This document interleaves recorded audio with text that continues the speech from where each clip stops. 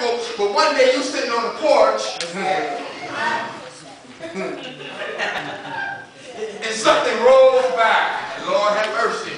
And you just like that dog, amen. It might be, you know how a dog is sitting on a porch in a car drives by, amen, and the dog stands up because he wants to go run after that car, amen. Or maybe a little kid comes by and he's dribbling a ball, and it's a red ball. You know, dogs, they see that red ball in their eyes, they just follow the ball, follow the ball, follow the ball, follow the ball. And they want to go up to that porch and they want to run after that ball, amen. Or sometimes they might see a cat or a squirrel that runs through the yard, amen. And they know that the master has told them to leave off of this porch, and they're looking, but they want to get off that porch, and they want to chase that cat, or they want to chase that squirrel. And many of us have been in that situation before in our own relationships, in our own situations. We've been there and something has come by that's enticed us, and we looked at it, and sometimes we just like that dog with that red ball, we're just looking at it. Looking at it.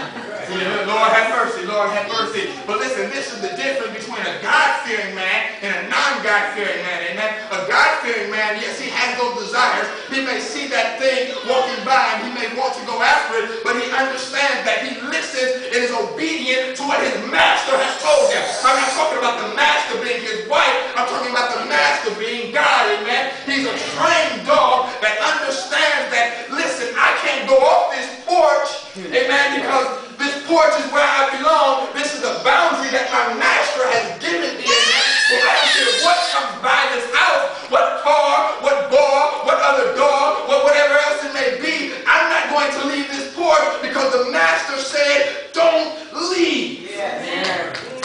But then you got some dogs that run off the porch and they go run after a cat. Amen. And before they know it, they done ran 3, 4, 5 blocks away, maybe a couple of miles away, chasing this cat. And they done lost their bearings. Now they don't know how to get back home. And what do we end up with? A stray dog. What is a stray dog? A stray dog is a dog that used to have a home. Amen. He used to have a family that loved him and cared about him. Used to have food to eat on the regular. Used to have shelter to go into during the time of a storm if he wanted to. He had all of these things, but now all of a sudden he's out on the streets with nothing by himself. There's the same situation as men, as brothers, that you can get yourself, that we can get ourselves into if we run off the porch. Amen. We can lose our families. You can lose your kids. You can lose your security. You can lose everything that you worked and invested in. You can lose it all if you have this greedy dog mentality. David, he didn't lose everything, but he lost a child. Man, God had to let him know that you can't do whatever you want to do. Amen. I don't care if you're king or not. I don't care if you got all rule or not. You can't do what you want to do. I'm not going to let you do what you want to do. You're going to do what I say because I'm still the master. Amen. Then we have a backwards dog. Amen. A backwards dog is a dog that you raised up, brought it up the right way, given it all its shots, its nourishment that it's needed, provided for it, and then when it gets a little older, it turns on you. It loses its mind and turns on you. Moses was that type of dog. After everything God had protected him while he was a child, made sure that he was taken care of, matter of fact, introduced him into royalty.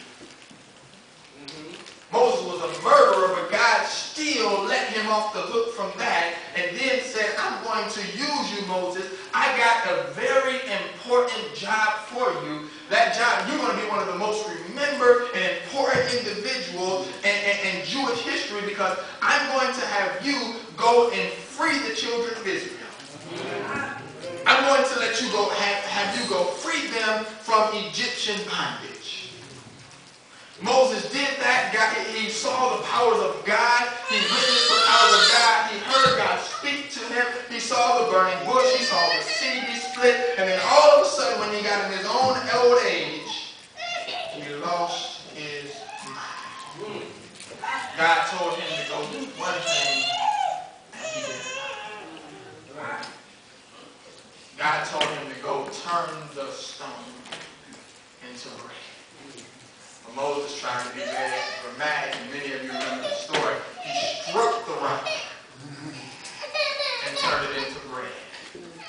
Lost his mind. He understood what type of God that he was dealing with. God told him to do it one way, and he went and did it the exact opposite of what God had told him to do, and God was not pleased with that. And God said, for your disobedience, you will not see or enter into the promised land. So you better get a successor ready, because you will not see it. Moses died in his old age, never being able to enter into the land that God had promised them that they would be able to enter into. Why? Because of his disobedience. What he did, he was a backwards dog. You expect people to make mistakes like that in the beginning of their time with God, not toward the end of their time with God. Amen? But we got some people, we got some folks who they've been raised up the right way. Mom and daddy, grandmother, grandfather, whoever it was, brought them up in the church, drug them here every Sunday, raised them up the right way. As soon as they get old enough to get out there and start doing what they want to do, they go out there in the streets and start running wild, and they begin going backwards and lose their mind, just like Moses did. What happens is you get out there and you get so far lost, before you know it, now you're at the end of your life. God is nowhere present in there, and instead of like Moses, you don't just miss out on the promised land, but you miss out on the super promised land, which is heaven. Yes. Lord have mercy. So we got to make sure as men, we're not backwards dogs. Amen. As the older brothers in this congregation, what we're supposed to be doing is laying the foundation for these younger brothers so they can see what to do, how to follow, what to come after it, man. They shouldn't see us arguing with one another, bickering with one another, fussing and fighting with one another, not wanting to forgive one another, amen, not speaking to one another. What they should do is see us loving on one another, caring for one another, having each other's back, going out of our way and bending over backward for our brother. Why? Because we love him. Why? It's because of what's commanded. Why? Because we're motivated by the love of Jesus Christ dying on the cross for us. So we go do these things. They see those things. Amen. From this day forward, I'm declaring I'm no longer shaking none of my brother's hands. If you want to greet me, you got to hug me. From this day forward, now some of y'all, I know y'all still tough. And so I'll take this one here. I'll take this one here. I'll take this one. I'm pulling you in. I'm pulling you in. Amen. I'm pulling you in. And we're going to work on this one here. We're going to work on this one here. Amen. We're going to work on that one. And I know for some brothers that's going to be tough, because you grew up tough. Amen. And everybody hugging on me and everything like that. You better not hug me.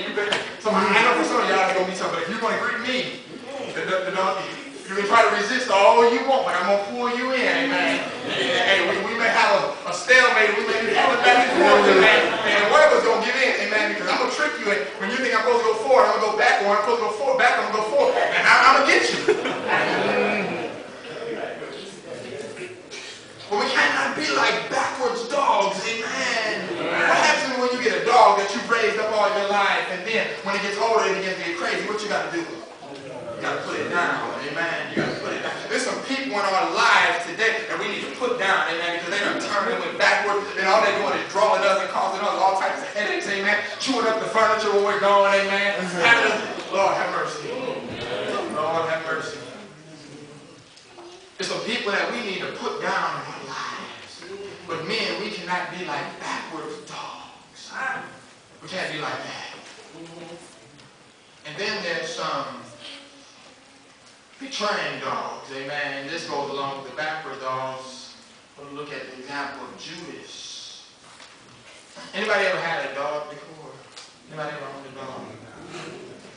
Has that dog ever, maybe not on purpose, but has it ever snapped at you and bit you? Or anybody ever had that happen? Yeah. And what did you do? You tore that? No, don't tell me what you did. Don't